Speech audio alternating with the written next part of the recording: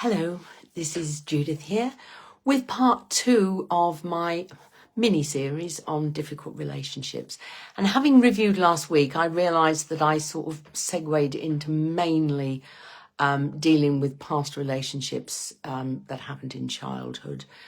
The sort of things I was talking about doing apply equally well if the damage has been caused by a friend or a partner. And certainly I've seen people who've been in some very controlling relationships where the effect has been as bad as that occurs in childhood. So just expanding a bit on what I was saying last week. But this week is all about current difficult relationships. And these again can be with friends, family, work colleagues. In some instances, you have a choice. Well, I suppose you always have a choice. Anyway, let's talk about it. So let's say it's a work relationship. You have the choice of leaving and just getting away from the situation. And that may not feel right for you. Or at least moving around in the same company, perhaps, or reporting it if you think it's sufficiently bad. All of those are quite major decisions. I've certainly worked with people who have ended friendships that they realised were toxic and actually damaging. And it often takes a while, as it does in a toxic relationship of any kind, to come to that conclusion. And obviously, if it's a family relationship, whether it's with, a parent, a child, or a partner, then the decision is fairly major and again can be very disruptive. And the decision I'm talking about is, do I stay or do I walk away? And that can be really, really hard. In some instances, I think it is absolutely vital. Certainly if you're in a controlling relationship with a partner. In an existing family situation, if it's a family member, it can be quite difficult. But again, if it's not, I was going to say if its only significance is the amount it upsets you, then probably it is as well to break off any regular or any contact. If it's with a partner, if it's with a child or a parent, then that can be a bit harder to walk away from, but in some cases is still necessary. So point one is, am I prepared to stay in this relationship? Is the damage greater than the benefit to me, even though it might be quite a hard decision and a hard move? If the decision is, for whatever reason, it is best for me to stay in this relationship, then how am I going to manage it so I limit the damage to myself? Certainly, I can do the work I talked about last time to remove the damage that's already been happened. So we can use the gentle approach or the NLP approach of going back in time to when it all first started and get rid of the damage that has been done. And the value of doing that is it leaves you in perhaps a clearer place to make the decision or make the changes you need to make in order that you can be in this relationship and not continue to be damaged. So there are various tools and techniques I can help you learn. I think it's important in many of these situations to set some boundaries and to maintain those boundaries. The decluttering that I talked about last week, the getting rid of all the stuff that's damaged you, generally made you feel worthless and not of any great value, can then give you the confidence to, if not leave, at least manage the relationship as best you can. And it can make it easier, as I've said, I'm repeating myself a bit, it can make it easier to make the decision or to take some action so that you can stay, but in a different way. I mean, I see people who've been damaged by their older children, and vice versa. I see parents who've been, people who have been damaged by their relationships with their parents in later life. So as I say, setting boundaries, particularly when it's adult to adult. What tends to happen, particularly in family situations or long-standing relationships, is that we develop patterns of behaviour, we develop habits of behaviour, and we each know one another's hot buttons, so things can escalate. Or if you're not of the escalating kind, then you are continually having your hot buttons pressed and damage done to you, and you're not wanting to or able to fight back, as it were. And fighting back really isn't the answer, because it's just going to cause escalation. But so it can either be an escalating situation or a situation where you are being dominated, and neither of those is healthy or doing you any good.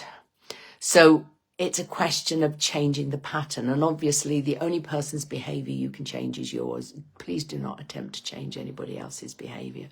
We are all individually, as adults, responsible for the way we behave and for what happens to us as a consequence. But unfortunately, you can't.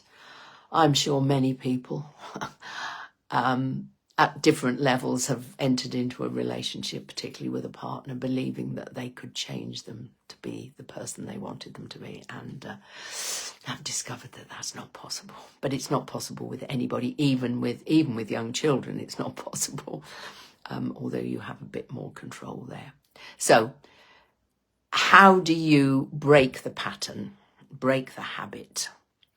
I think the key here is changing the way you are when it gets tough.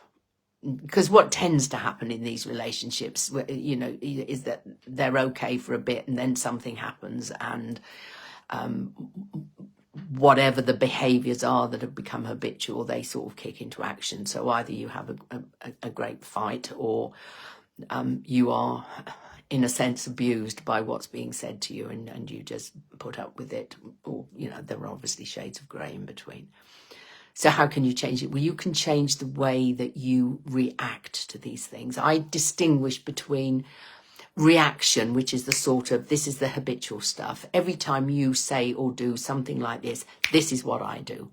I shout back, or I just go into myself and think badly of myself, or whatever. You can change your response, and by changing your response, you're breaking up the pattern. So the person you're dealing with has got used to you doing a certain thing, and, you know, they know it's familiar. Therefore, everybody knows how to behave. If you start doing something different, then it, as I say, it breaks the pattern, and that the other person then has to think about how they're going to be. And obviously, how you do that and how I can help you to do that will vary according to the particular circumstance. There's not a generic approach to it. It's much more personal. But it is possible to change your reaction from that into something more thoughtful.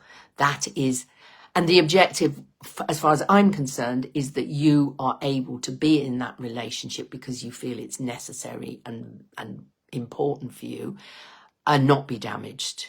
So we may be talking about how you protect yourself as well as how you respond and breaking up the habits. We may be talking about building up your self-esteem and your feelings of self-worth and your confidence to be the person you want to be, despite what the other person's doing.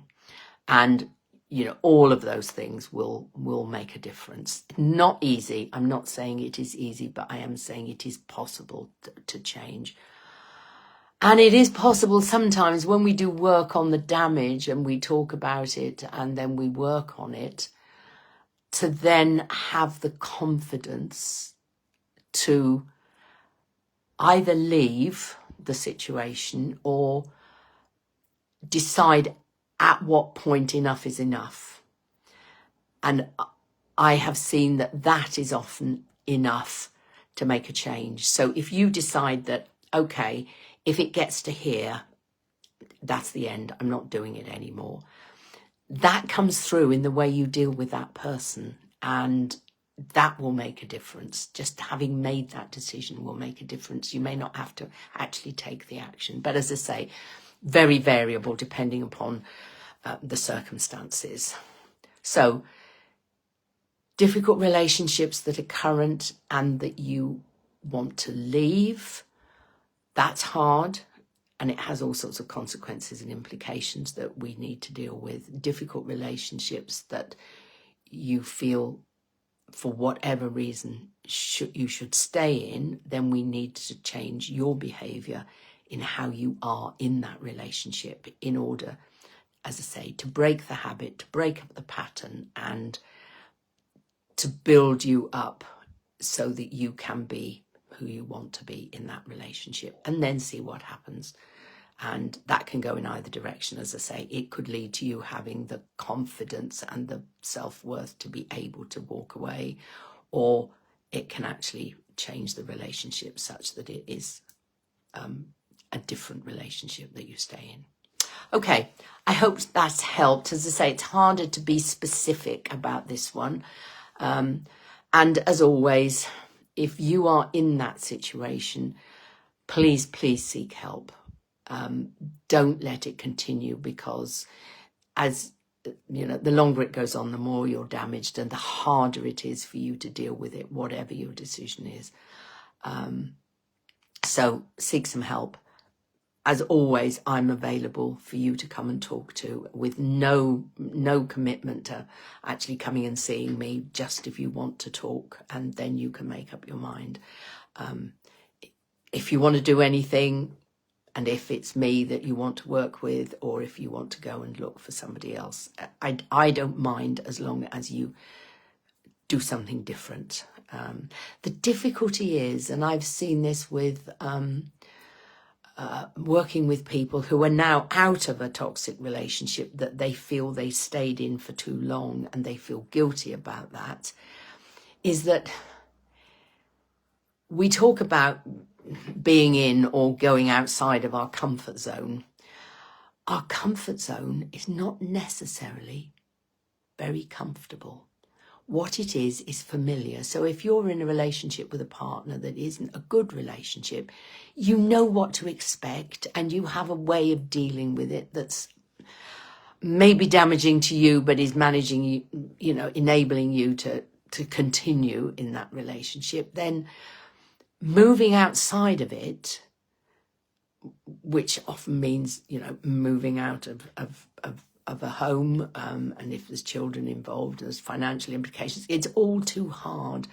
So you just stay, because it's known, it's familiar. I know out there, I don't know how I'm going to cope. In here, it's not nice, but I can just about cope.